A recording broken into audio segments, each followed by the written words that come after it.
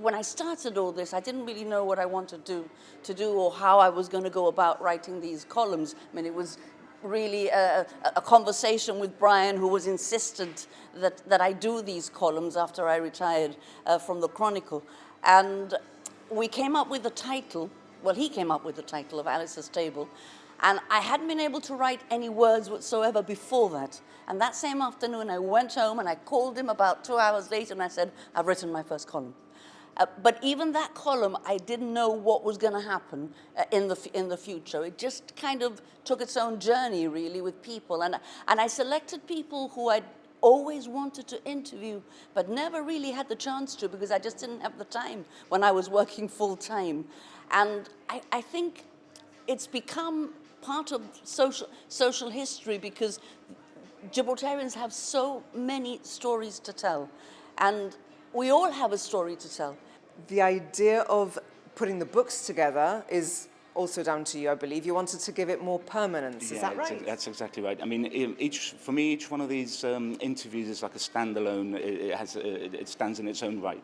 It's a snapshot of one of the many people that make up this community. Put them all together, and it turns into something else. And the wonderful thing that we have now is that behind us, we're in our 6th edition. So now we're putting together the books.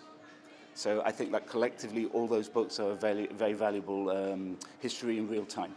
And even if you know these people, I guarantee you, Alice is a fantastic interviewer. She'll sit down there, it's a slow interview, and by the end of it, by the time she delivers it, she'll write a story about someone that you've known in your life, and you go, oh, I didn't know that. So there's lots of little gems in those stories. And in this particular book, I was really, I mean, there's a lot of people. I'm not going to mention or single anybody out, because everybody's interesting. Everybody has a great story.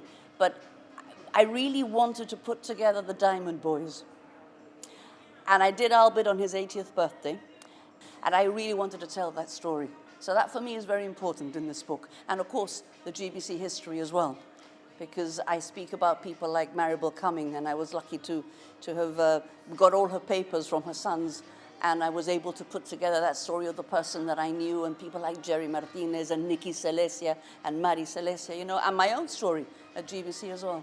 So you talk about your own story. When will we see an Alice's Table about Alice? Not yet. Not for a while. And I don't know. Not yet. I'm not that important. It's important for me to tell other people's stories. That's why I'm a journalist.